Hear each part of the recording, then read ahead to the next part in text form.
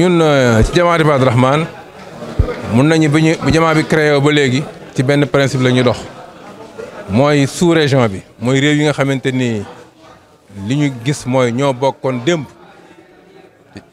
di woorandoo di wooreendoo parce que ñoo bokk fuseau horaire ñoo bokk zone bu ñu dëkk muy ay Mali di Mauritanie di Guinée di Côte d'Ivoire di Burkina di Niger réew yooyu dem bërki dem bu ñoo a andi wooreendoo ñun ñëpp nettali nañu suñuy baay suñuy maam nett nañ ba tàyyi ni gis nañu weer wa Zinder gis nañu weer wa Poré-Thiène gis nañu weer wa Mali donc ñu daan wëri kon loolu c'est un principe beneen principe bi moo di ni weer wi encore feeñee ci Sénégal ñun am nañu gox yu bëree bëri wax nañu fa weer yi feeñee ay nit ñu xam ñun ñi gis nañu weer wi donc loolu moo tax ñun jàpp ni quand même weer wi daal comme feeñ na te dañoo waxoon ni bu feeñee na ngeen woor bu feeñee na ngeen wari ci loolu lañ sukkandiku ay jullit yu wóor woon nañu weer yi feeñ na ci sous région bi feeñ na ci biir réew mi kon loolu ci lañ sukkandiku ñun ba wari alhamdulilah. ci sa xutba dikk nga ci li nga xam ni mooy maanaam jëfin yu baax wala doxalin yu baax yoo xam ne yii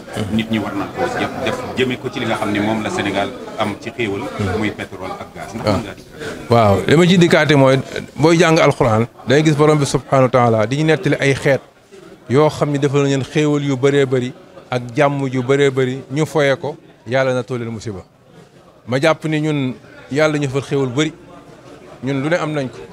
d'abord am nañ jàmm lu réew yu bëri ñàkk am nañu suuf soo xam ne foo bay mu sax am nañu ndox yàlla indi ñu yeen xéewal yoo xam ne amu fa woon mi ngi ñëw ba noppi nag ñu nekk ñun ci xëccoo ak ci ñiiroo ak ku ne daanaka ku nekk boo dégg na ngay xëcc di xas sa morom ñu jàpp ni loolu day yóbbu suñu effort ni ko yàlla waxe day yóbbu suñu temps day yóbbu suñu xalaat sax te bu yàggee fu mu ñu ni mooy musiba te musiba bu amee borom bi subhanahu wa taala xéewal ba mu leen takkal ba mu fi am na da ko fi jëlee xiif dañuy dal ñàkk jàmm dal na comme ñu dal yeneen réew bu ñu xoolee réew yi ñu wër ak yeneen réew yoo xam ne ñoo bokkoon nekk démb la fa nekk ci ay dara indiwoo ko lu dul yu mel nii yaakaar ni am na lu fi nekk am ñu ko bëgg a jël bàyyi ñeneen ñi wala kenn ñenn ñi yaakaar ni ñeneen ñi bëgg nañ koo jël bàyyi leen mu nekk xëccoo loolu lañ tax ñu jàpp ne quand même bu ñu delluwaat ci alxuraan yàlla ñuy waar bëgg ñu dellu si waat jëfandikoo suñu xel jéem a discuter suñu biir pour mën a dund ci jàmm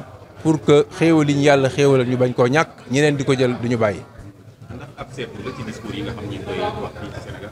waaw seetlu la discours boo ci dégg daanaka xaste la ku nekk yaa ngi xaste wala yaa ngi bàkku te ñaar yooyu yëpp benn indiwu ci njëriñ waaw kii bàkku ak kii xaste kenn yu julul njëriñ lii jur njëriñ mooy ñun ñëpp benn lañu benn peuple lañu loolu mos di woote waaw ñun Sénégal kenn mosu ñoo xam ci xajjoo ñun daanaka li dal yeneen réew yi sax ñaan ñii ay joolaa la ñii ay séeréer la ñii ay wolof la amuñu ñun daanaka benn peuple métissé dañoo métissage dafa yàgg métissage boobu nag moo tax kenn xamul kan mooy kii man boo wolof laay wax mbeng laa sant sama yaay Juuf la sant man naa boo ma dàqee ma nekk séeréer mbaa ma nekk leneen su ko defee loolu lañu xam su ko defee loolu nag bu fekkente ni dañ cee bëgg sëf sukkandiku ci loolu ba indi jafe-jafe réew mi rek la ñuy indil jafe-jafe te du doon jàmm pour kenn ci réew moo tax ñuy attirer attention ñëpp ñu bàyyi loolu xel góorgóorlu jéem a liggéey jéem a jaar ci yoon jéem a xool ni maam yi ñu jàpp ni ñoo ñu doon protéger ñoo fi ñaan ba tax ñu am jàmm mais maam yi bu ñu fi ñaan ñu am jàmm bu noppi ñu dañ ko war a cultiver parce que jàmm ñu suñ ko cultiver wul aw ay rek moo fi ñëw ci ay nag musiba la ci ñëpp.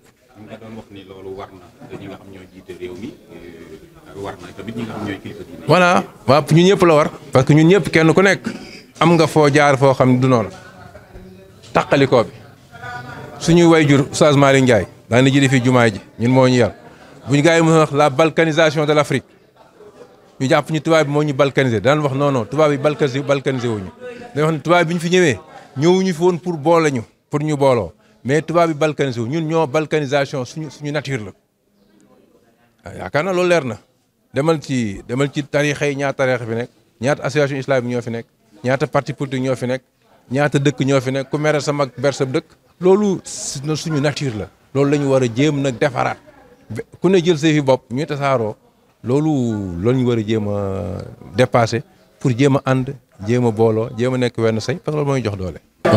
Asalaamaaleykum wa rahmatullah. D'abord nous vous remercions de nous avoir accordé cette occasion. Je commence d'abord par présenter mes félicitations à la communauté musulmane. Donc nous avons prié aujourd'hui. Comme vous le savez, nous, au niveau de la Jamaat Ibadur Rahman, les ruptures, la fin du Ramadan ou le début ou la Tabaski, on a un principe qui est là déjà établi depuis plus de 40 ans. On considère la sous-région. Parce que nous nous sommes dit, depuis les nuits des temps, même au temps colonial, les pays de l'AEF observaient le Ramadan à la fois et la rupture à la fois. Donc d'abord, nous comptons sur cela. Donc à chaque fois que nous sommes sûrs que le croissant lunaire est aperçu quelque part dans la sous-région, on accepte cela.